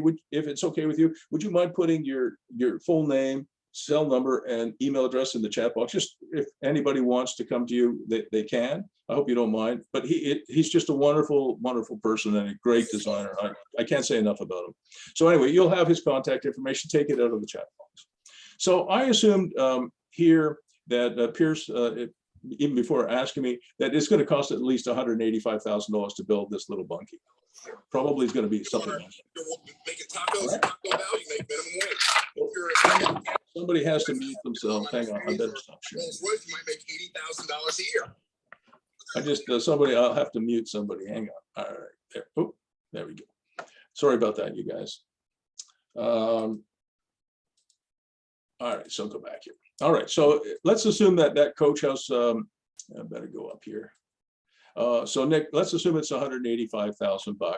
Now, Nick and Brooke really want to put it on Airbnb. And I strongly support that. The demand for Airbnb in Belleville is off the charts because it's right on the Bay of Quinte, which is beautiful. It's right next to Prince Edward County, which is wine country. And so I know, because I have a lot of experience in this particular community, $215 a night, more in the summer, less in the winter, about 300 nights a year will generate an incredible amount of income for Brooke and for Nick, probably over $60,000 a year. That's gross. And again, I take off 34% for OPEX. I get net operating income of $42,570. I add that to the income of 16 grand, including the 2 sheds at the back. I now get total net operating income of $58,806. Okay, from all these animations. But the cost has gone up a lot too. It was just under 400,000, but we spent 185,000 on the coach house. So it's that. All right. Oh, okay, you brainiacs, get busy. What's the cap rate now? Oh, you guys are, oh, look at that. Good for you, Tiff. You got it right away. And so you all understand. There you go. Now we're making serious friggin' money. 10.1%. All right. Think about this. If you make 3%, you make 3% on your money, okay, over 10 years or 20 years, it goes up a bit. If you make 2% for the bank on your money, it goes up a little bit. But if you make 10%, as opposed to say 2 or 3%, and you project that out over 20 years or 25 years, and some of you are young, 40, 50 years, the difference is unbelievable. Albert Einstein was asked once, what is the most powerful force in the universe? And everybody thought he was going to talk about nuclear fusion, nuclear fission, some, black holes, whatever. He said, oh, the most powerful force in the universe is compound interest. Everybody burst out laughing. I think that was in the 50s and 1950s. But he's right. And if you're making 10.1% per year on this property, Nick and Brooke, and you're young, when you're my age, that just changes your future. It's a future shaping event. All right. Now, this is a little bit more difficult. Okay, now this is going to take you a little bit longer to figure out, or maybe not. You guys are brainiacs. Okay. So let's say Nick wants to get this building reappraised. So what I'm teaching you guys to do is not buy and flip. but buy and hold. For most of us, that's the right thing to do. Maybe not everybody, but I'll bet you out of the 29 people on the call, certainly for me, that's the right thing to do, buy and hold.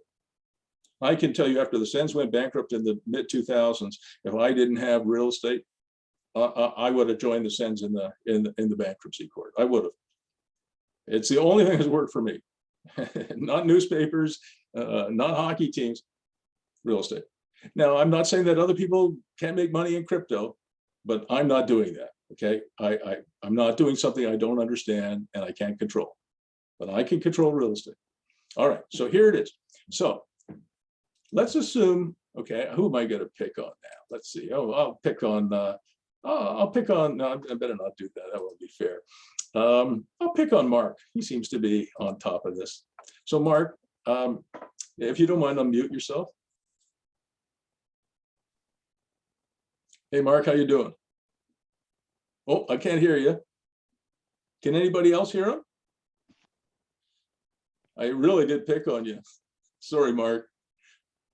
All right, well, Mark is, no, I apologize. No, it's not coming through.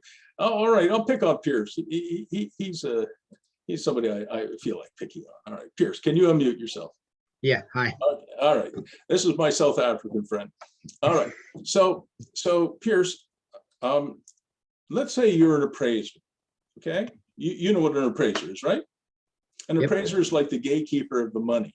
You know, there's the bank vault and there's the lender's vault. There's all that money in there and you want to get it, but to get it, you have to have a good appraisal. Okay, so I asked Pierce, Pierce, on income property, you got to remember on income property, guys, everybody has to understand this. On income property, they don't just value it based on comparables. Let's say you own a nice mansion somewhere and there's about 10 other mansions that have sold in the last year close by, similar kind of size. They do something called comparables. But for income property like Nick and Brooks, income property with those 2 sheds, the bunkie on Airbnb, the 2 rentals, you have to do it on the basis of income. So Pierce, where are you?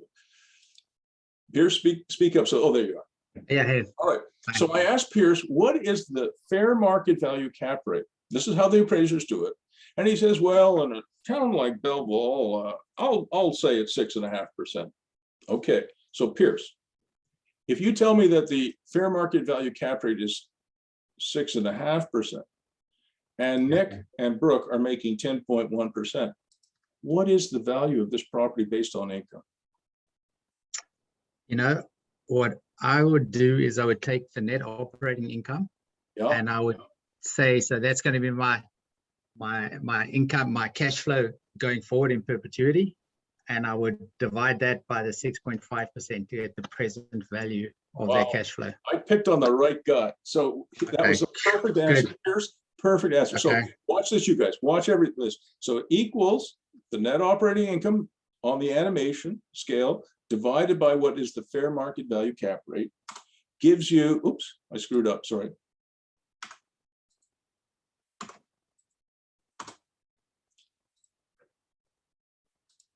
Gives you a value of this property, Nick, of over $900,000 when you finish. And if anybody on this call doesn't think that's right, it's right. Now, what if we were to, convince Pierce that the right cap rate to use in Belleville is not 6.5%, it's 5.5%. Pierce, if I change that 6.5 to 5.5%, what happens to Brooke and Nick's fair market value? Goes up or down? It's going to go up. All right, so watch this, you guys. So Nick, when you're getting ready to have this Well, do you want me to go downstairs? Let anybody else join. We got 90 people in that. How do you do that? Preeminence. You deserve to become the preeminent entrepreneur in your arena. How many of you just I think it's Michael. I think it might be. All right, sorry about that, you guys. Apologize again. So let's assume that we go 5.5. Okay, I put 5.5 and I'm about to hit the enter key. Okay, you ready? Could I have a drum roll, Pierce? Come on, drum roll. Yeah. Look at that. You see that, Nick? So here's a very, very important lesson. As real estate investors, maybe there's nothing more important than understanding what I just went through with the help of Pierce and Nick. Do not get your building appraised without doing a spreadsheet like this. It's not hard to do. You guys have, you've got a model now. And give it to your appraiser before he or she appraises your building. Anchor pricing, guys, remember anchor pricing? We're going, so if this were my building, Nick, I would obviously use this number. Implementers free up our time so we can create preeminence. Why? Because when I free up my time.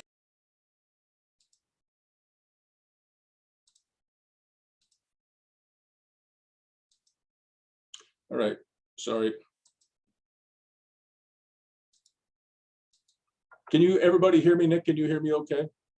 Patrick, okay. We can hear you right, yes, thank you. Thank you, all right. Appreciate that. Oh, was that you, Mark? That is correct. Oh, we got you going. That's yeah, the button on my spaceship was muted, right. That's my fault. Yeah, you look like an alien. So what I would do if I was giving this to anchor pricing, right? You're good at it, Nick. I would use 5.5%, not 6.5%. I would say, look, the building's worth over $1 million. Look at all the income I'm getting. It's you know, money's coming out of my, you know, it's just falling off the tree and into my pockets, right? So you're going to argue for $1 million, and if you get 900,000, it's not the worst thing in the world.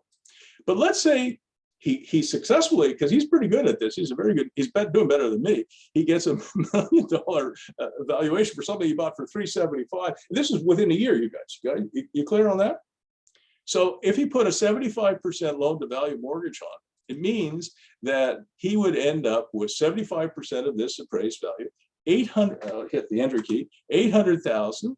His total cost is 584,000, including the coach house. He can put within a year $217,115 of tax-free money in his jeans within a year, maybe 18 months. And then what does he do? He rinses and repeats. He does it over and over and over and over again. As long as you know what you're doing. Don't get greedy, don't go fast, go slow. The slower you go, the faster you go, all right? So he will end up with a, now let's say he doesn't, the appraiser says, I'm not going for the 5.5. Pierce is a tough guy. He says, no, I'm gonna stick with the 6.5. Okay, so it means he gets about $93,000 out of this instead of, you know, double that or more than double that. Still, I don't know about you guys, but it's hard to save $90,000 or $100,000 in a year. Some people can do it, but I cannot. I'm a very good investor. I am a horrible saver, and I think my wife is worse. All right. So this is your spreadsheet. All right. And you should all have filled in all the answers, and there you go. All right. Any questions before we go on to the next thing? Just put it in the chat box. So I'm just going to grab, just in case you're struggling with this, I'm going to put another spreadsheet in the, no problem. I'm going to put another spreadsheet in here. So the spreadsheet, the Dropbox link that I just put in has all the answers to it. All right. So the one that you downloaded first was something that I wanted you to experiment with. But if you want to copy that second link, Dropbox link, you can put it in your browser, and don't forget, download it, and it will have all the answers in there. And then when you're playing with your own investments, just copy that rather than, don't screw up the first, you know, iterate it, right? So you have a document source control. So you have the base, you can always go back to the one that I just did, rather than email me and say, hey, Bruce, I screwed up the spreadsheet. Keep one copy of it untouched, and then just make copies of it and fool around with the subsequent copies, okay? All right, let's see if there's, yeah, and some people, Mark says a cap rate changes by city. For example, Mark, in Los Angeles, some of my clients are getting cap rates from appraisers of 1.7%. Did you hear that, Mark? 1.7%. So if I go back to this spreadsheet, you know, that wouldn't be tiny Belleville. But if I go back to this spreadsheet, and I change, watch what happens, guys, if I put the Long Beach number in here. Okay, you guys ready? I won't ask for a drum roll this time, Pierce, but I'm going to put 1.7 in here. Watch this cell here, the yellow cell here. Okay, guys, ready? If this was in Long Beach, California, Nick, your property could be worth 3 million plus. Okay. So, but we're not going to say that. All right. That would be we'd be asking a little bit too much there. Okay. So that was a very good one. Yeah. Yes. So Chiranjeev asks, is the appraisal on cap rate for less than 5 units, is that typical? 2 years ago and 3 years ago, Chiranjeev, the answer was no. But I've been working, and people in the United States and Canada who I work with, I'm not a political guy, but I can tell you that we use the 2 words that Mr. Trump used to use when he was a reality TV star. We use the 2 words, you're fired, a lot. So when an appraiser says to you, Chiranjeev, or anybody else, look, I can't use cap rates to value Nick's property. I'm going to use comparables, but there are no comparables. I mean, Nick, try and find a building in Belleville that has 2 backyard sheds, a shed, a storage workshop, a bunkie, an Airbnb, upper or lower. I mean, there's no such thing as comparables, Chiranjeev. So there are appraisers out there that will do it, and you should qualify them. So I do the spreadsheet, I send it to them, I have discussions with them, I make sure they're comfortable with the approach I'm taking, and it's the approach they're taking. If not, I use Mr. Trump's 2 words, you're fired. I do. I have fired appraisers on the door, at the doorstep. When they say, oh, I'm not interested in anything you have to say, oh, really? You're fired. I'm good at that. I wasn't very good at it as a younger person, but I am really good at it now. All right. All right, can we go on? Oh, Mark's saying my pleasure, thank you. Okay, so let's keep going. And now I got to go back to my slides, and there we go. Okay, I've done all of that. And oh, I did have something else I wanted to give you guys. I did I don't even remember what it was. I think it was another course I did where we discussed how to become gods and goddesses of Airbnb. It's about a 90-minute video. I'm going to put it in the chat box. If you're interested, and Nick, I don't know if I've given this to you, but if I haven't, I'd really like you and Brooke to look at it. If you want to become really proficient at Airbnb, this is a good start. All right, so it's a YouTube video that I recorded with some really good people. Angela Bush, Carrie Ann McMahon, and Priya Zark. These are super hosts, so these are people who do Airbnb. I've coached all 3 of them. They're really good at what they do, and they know how to run Airbnbs. Okay, and I don't want you to do it unless you're serious about it and that you'll be really good at it. So if you're interested in having some or all or a few of your units on Airbnb, I want you to study that, and certainly I've got other things that can help you, but this is a good start. All right. All right, so let's talk a little bit more. And I put this in here because I did say that this is, more of a 3rd or 4th year university level course. It's not just about, like I said, teaching how to flip houses, which I won't do, or teaching how to do wholesaling, which I think is a waste of time. All right, so I want to talk a little bit more about coach houses, and I'll tell you how I feel about them, and I think the history is important. I actually lived in a coach house when I went to the University of California at Santa Cruz. And this is the building at the front. This is the principal building at the front. And there's a little building in the back, which I'll show you in a second. And I remember the address. It was 1011 and a half Seabright Avenue. So there's a little house in the back. So what is a coach house? We talked about it already. You got the big house in front, you got the little house in back. That's all it is. And I lived there. This was 1969. I'll tell you how long ago it was. And I lived there with a good friend of mine. And I put this picture in here just to prove I was young once and I had hair once. So I put this in here. This is with my youngest son. I have a bunch of kids after that, but this was Andrew. This was me as a young man. And so I lived in California. And here is 1011 Seabright Avenue. And here's the little coach house. It's still there. That existed there. And these coach houses can be simple bunkies like the one that Dustin and Dawn designed, and they can be a little bit more expensive. They can be a little bit more fancy, and they can be tiny, they can be big. There is a limit in most places to how big they can be. But I have to tell you, my experience in the coach house was a much better experience than living in residence. And it was a great experience. Now, I don't have a picture of the owner of the big house, so I just put this clip art picture in here, but she was a really old lady, probably younger than I am now, but I was 19, so I thought she was really old. And she owned this big house, and she had built the coach house in the backyard. It was called a granny flat back then. And I asked her why she did it. And she said she did it because she was a bit lonely. In the time that I spent there, I never saw any of her kids or grandkids visit. She was a bit lonely, and she liked students. And so she enjoyed having myself and my friend live in her backyard. It was company for her. But as I got to know her a little bit better, the truth really came out. It was a very important part of her monthly living expenses, right? So a coach house does provide a little extra security, perhaps a bit more company, but it also is financially important to a lot of people. This is a community I built, about 800 homes in the 1980s, and it's called Briarbrook. And in Briarbrook, on all of the big lots, all the pie-shaped lots, so the bigger ones, as you go around, if there's street does that, the lots get a little bigger in the backyard. Remember, Neck and Brooks yard gets a little smaller in the backyard, but if you have a pie-shaped lot, it gets bigger. So I actually did the zoning in the 1980s to allow coach houses, and yet none were ever built because cities don't like coach houses as a general rule.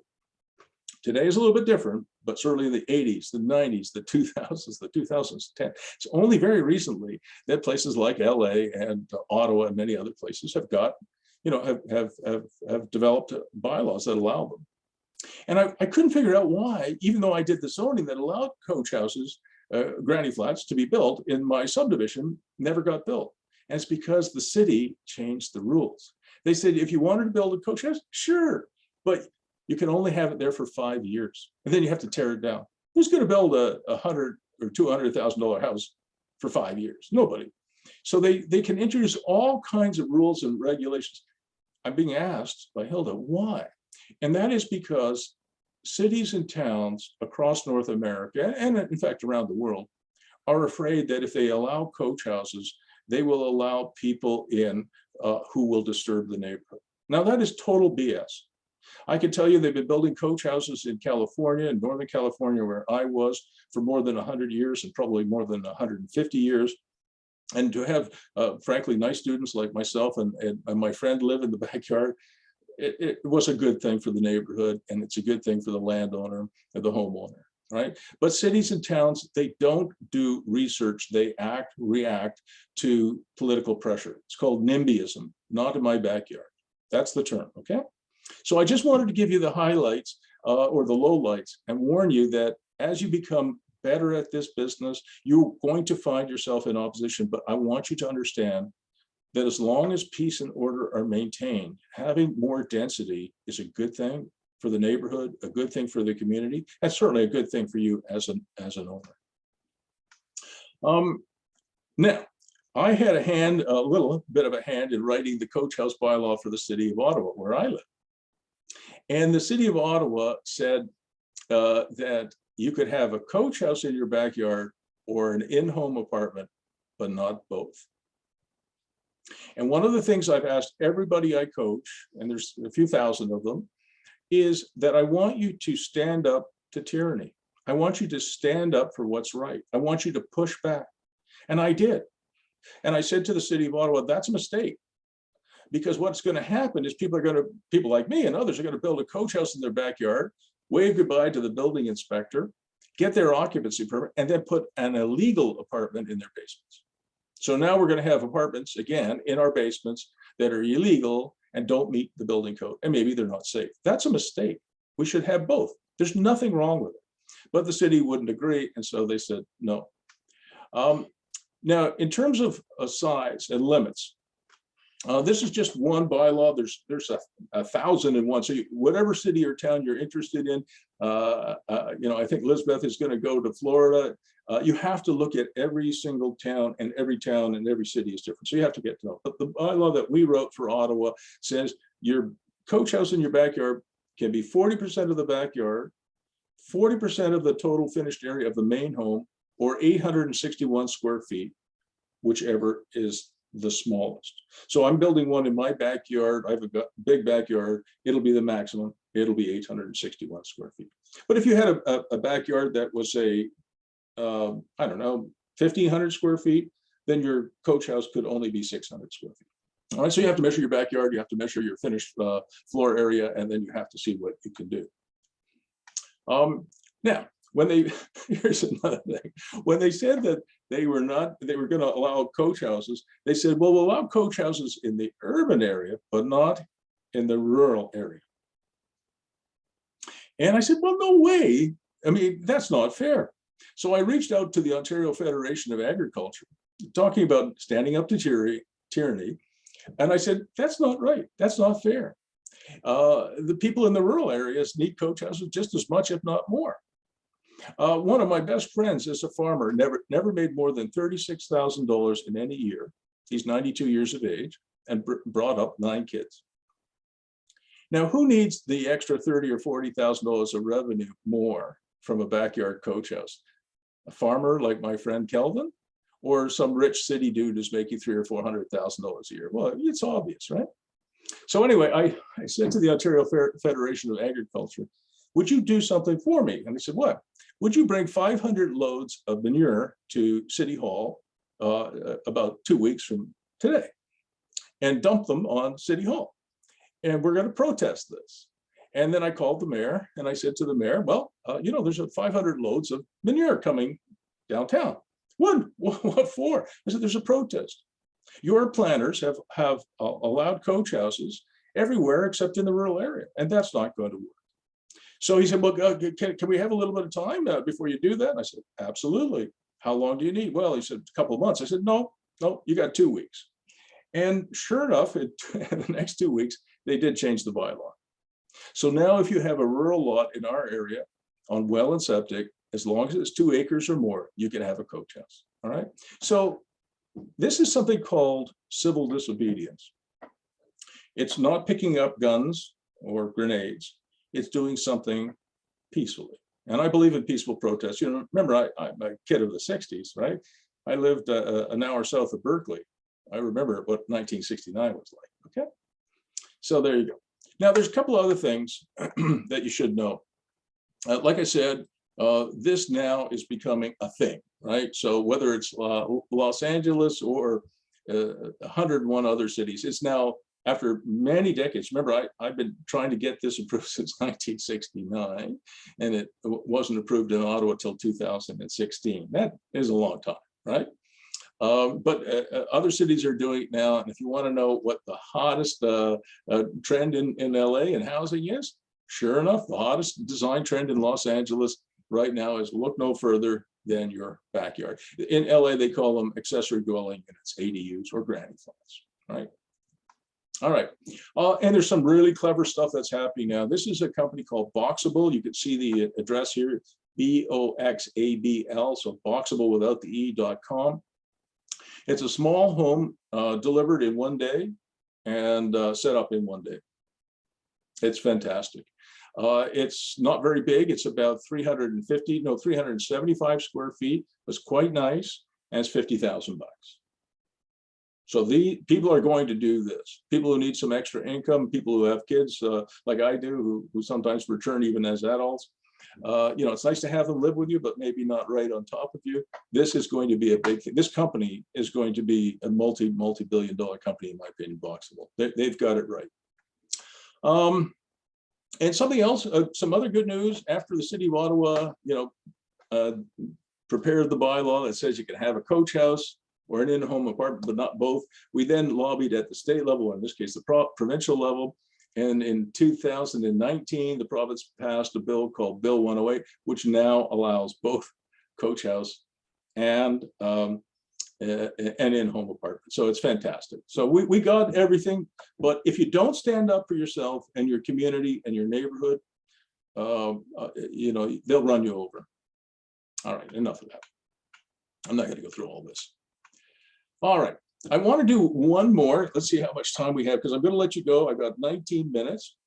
So Mark is asking, where will Boxable sell the product? I think they'll sell it everywhere. I think their plan is to conquer the world with this thing. Check it out for yourself. It's really amazing. And Dustin says that would be huge. What else we got here? Yeah, there you go. All right. So I want to do one last case study. I promise. This is one that I did in Belleville with my wife, Dawn, at 140 William Street. And I have to tell you, Nick, you did better than us. All right. Right away, I got to tell you, you got us.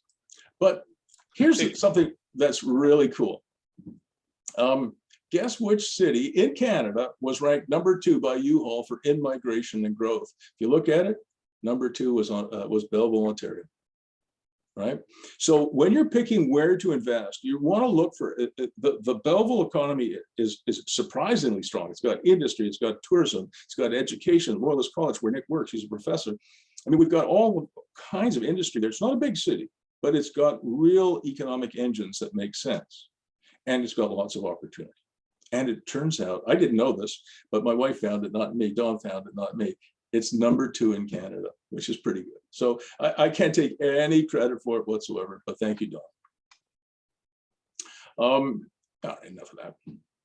Something else I wanted to talk to you guys about, for those of you who are in the States or Mexico or anywhere in Canada, or for that matter, overseas, you're looking for towns where the cap rates aren't 1.7%, right?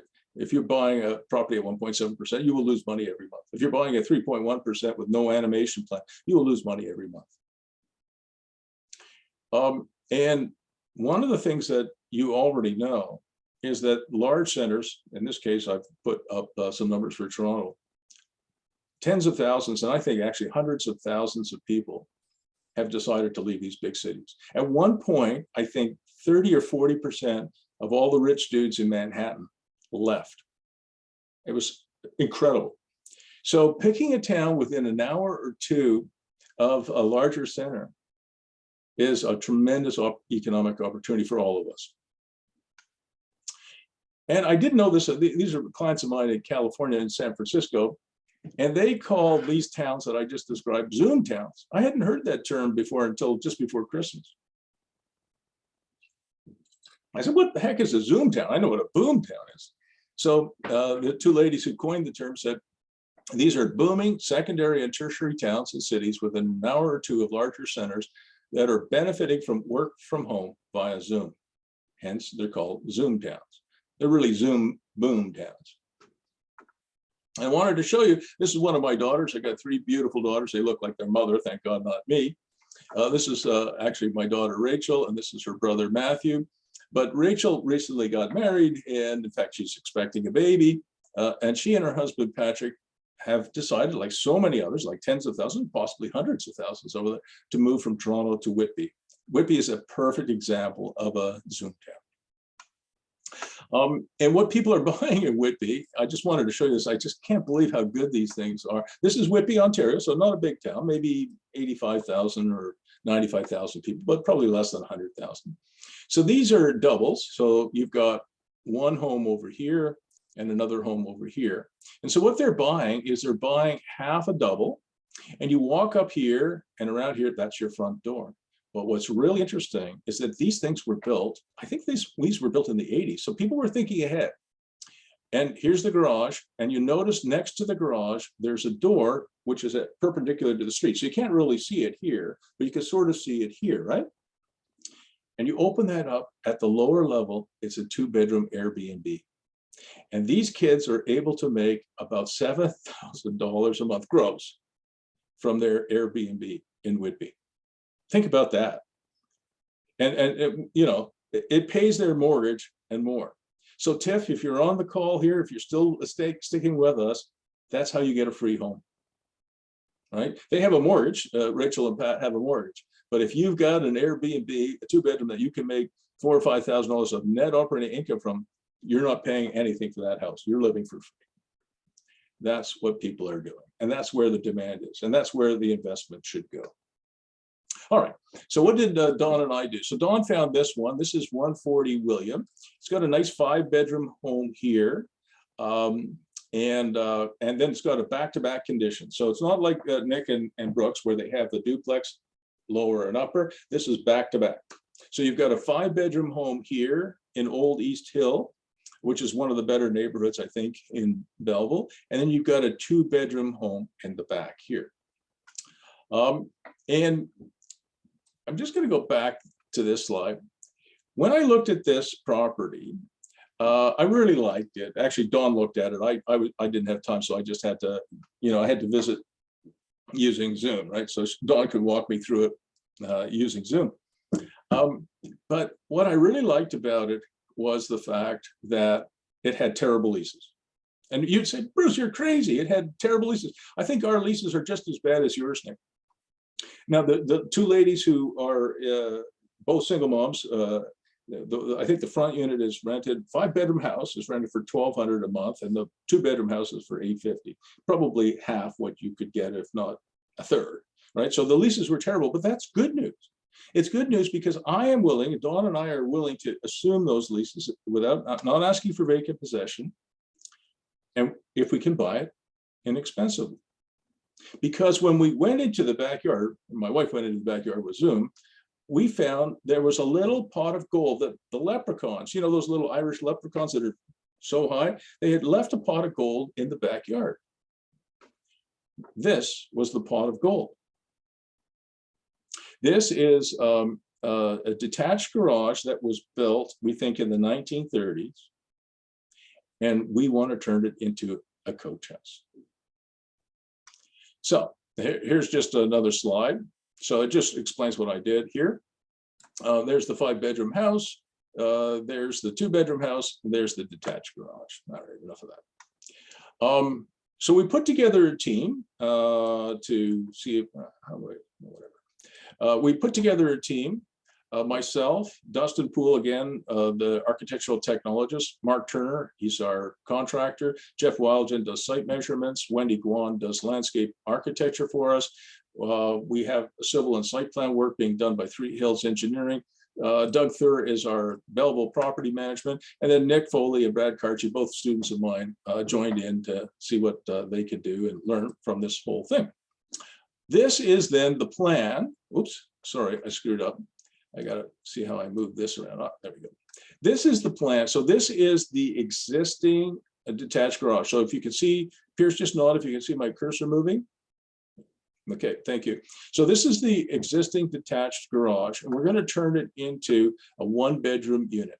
So you've got the master bedroom here. It's got its own bathroom. It's got its own walk-in closet. And again, you guys know how much I like doors to the outside, right? It has a door to the outside. Then this is the main door. You come in here, you've got that kitchen here, dining room, living room, that's kind of your great room. The most important thing, though, that you have to focus on is this new construction over here. This new construction over here is a self-contained microsuite. It does have a connecting door, but it is a self-contained microsuite. And I want to tell you why that's important. But before I do that, the only change I made in Dustin's plan was he had this door to the microsuite from the outside to the inside facing the street, along with 2 other doors. And I thought that was one too many. So we just turned this door 90 degrees. So only 2 doors face the street. I think it'll just look a little bit better. But as you come into this microsuite, it has its own bed. It has a built-in closet. It has its own little micro kitchen, and it has its own bathroom. So it is its own self-contained unit. The hottest thing in real estate today is the microsuite. Whether you're building in Shanghai, you're building in Cape Town, you're building in Toronto or San Francisco, the microsuite. And the reason people like microsuites today, as opposed to, sort of like a 3-bedroom apartment that you share, is people hate roommates. One of the case studies I'm going to do is from Ali Alili. I hope to do that next week, where he took a basement, and instead of having a 3-bedroom apartment in the basement, he has 3 independent microsuites. Instead of getting $1,600, $1,700, or $1,800 a month from his basement, he's getting $3,300 a month from that. And he's got 3 independent micro suites. Think about roommates. Pierce, you and Mark and I are all together in an apartment. And Pierce comes home, who drank the last of my beer? Mark comes home and says, Bruce, it's your turn to clean the bathroom. I said, no, I did it last week. Mark, it's your turn. Within a few months, roommates are arguing. When you have your own micro suite, if it's somebody has to clean the bathroom, it's you. If you're going into the fridge and somebody ate the last piece of pizza, it's you. Now, think about the functional program here. I can rent this out as a 2-bedroom long-term rental, or I could rent it out as a 1-bedroom long-term rental, and I could put the micro suite on Airbnb. It's separate. Or I could have a one bedroom on Airbnb and another 1-bedroom, in this case, studio apartment on Airbnb, or I could have a 2-bedroom on Airbnb. Think about the incredible changes that you can make with this thing.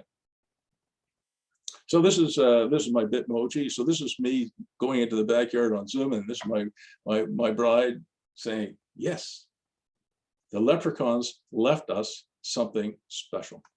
All right. Now we had to go to the Committee of Adjustment. If you don't know what that is, if you need minor variances in order to meet all of the zoning and setback requirements, you sometimes have to go to the Committee of Adjustment. We did go to the Committee of Adjustment. Dustin, you were there, right? I think Dustin was at that committee meeting. It was all done on Zoom, and we got it approved. My backyard neighbor said that she was opposed to it because she said rich people shouldn't have an extra unit. That was her actual statement. Rich people should not have an extra unit in the backyard, and she didn't think that we should get it, but we got it anyway. That's NIMBYism. And if you do the same analysis that we did for Brooke and Nick on 12 Highland, you'll see that if Dawn and I ever wanted to move to Belleville and either live in the backyard coach house or live in the 5-bedroom house in the front, if Wendy ever moves out, we could live in our own house for free. That's how you get a free house. And we paid, sorry, this number is wrong. We paid $485,500 for about $15,000 under asked.